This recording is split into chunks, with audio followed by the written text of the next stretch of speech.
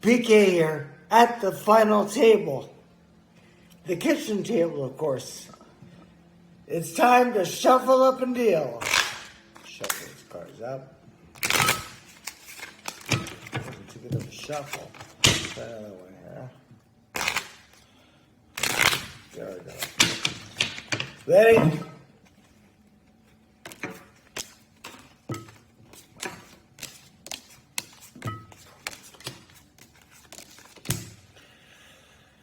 Okay. Today's episode, out of the box, poker and trading. What do they have in common? How can they help you? Let's take a look here where we're at. Person's nothing. Nothing. This guy folds. This guy folds. Take his glasses off so I can see. See where... Okay, this guy. This guy's gonna bet. He's throwing in a bet here on the poker. Take a look that I have. I'm going all in. What are you gonna do there, buddy? You're gonna call? You're gonna see it? Okay. Turn him over. What do you got? He's got 7-2. Oh my God. What do I have? What do you expect? Pair of aces. So the real question is, who goes all in on a 2-7? This must be the same guy who bought gold at 1800, waiting for it to come back. So, forget about the cards. Let's talk about where with the market. The poker, if I was to hire somebody in the trading and try to teach someone how to trade, I would ask the very first question is, do you play poker? And I'm referring to, of course, the Texas Hold'em. And the reason is, why Texas Hold'em poker is very close to the trading is because you're forced with a lot of decisions. What hand to play, how to bet. Then the flop comes down, and you maybe have 4 or 5 decisions. You have to learn how to manage your money. And it's very similar with the trading.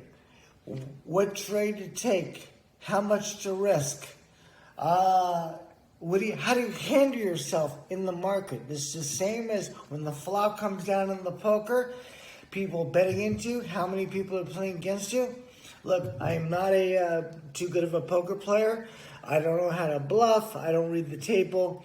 I don't know how to read the other players.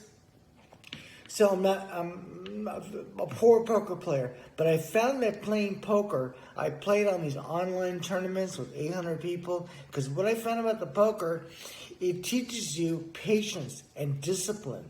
And how to, because these tournaments, if you can last, they could take 4 hours, 6 hours.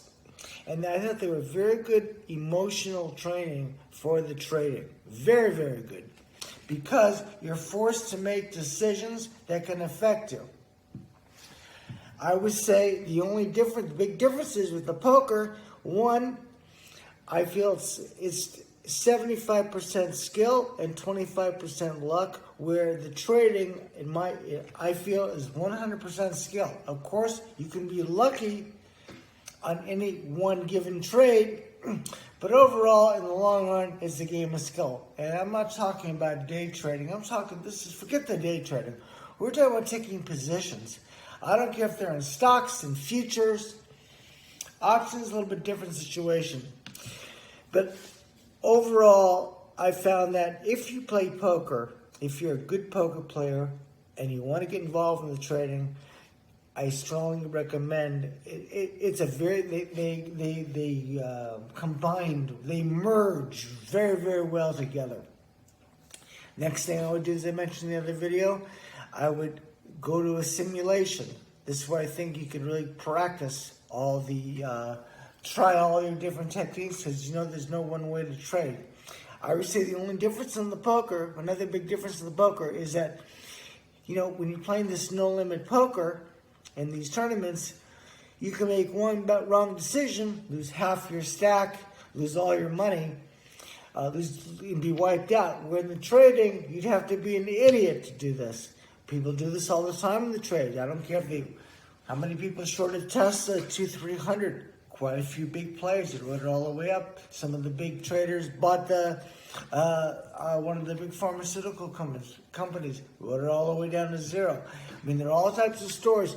It's all about money management, whether it's in the trading or in the poker. So I would encourage you, if you have a poker background or are interested, poker is the Texas Hold'em poker is a very good tool to learn decision making under pressure. Plus, you have to have the patience and wait for those hands. And the funny thing with the poker, as in the trading, you'll find out there's a million books on what hands to play, how to play it. And it's the same with the trading. You can buy a million books, how to read the charts, what you should buy. And there's very, very little information about how do you handle yourself once you decide to play those cards, or once you decide to push that button and buy a stock, a future. So anyway, I want to encourage you again. Poker is a very good tool, a very good trading vehicle if you have this background. They go with the trading very, very well. I do want to make one comment. Today is Monday. We had some news. We know the Bitcoin's way down. Let me give you the forecast for the week. In general, I think the market's going to pull back, both the stock market and the Bitcoin, but they're both going to be great buying opportunities. But we need some time. It could be in a couple of weeks. I don't think it's definitely not going to be this week. I'm not going to buy here. Let it come down. We have lots of room for it to come down. Watch the 30-year bond. It could give you some clues. As I said, when the bond market is dropping, this means long-term rates are going up. And this is negative for the stock market and negative for the Bitcoin. But I like them. So let's sit back and be patient, and let's wait for that pair of aces. Because I equate when I make trades, I equate a lot of the trades to my poker hands. Do I have a pair of aces? Do I have a pair of tens? Or do I have some pair of threes? And I'm going to play it. And as you know, if you play poker, you can try some of these hands. You might feel it. You might the way you like it. You can bet it.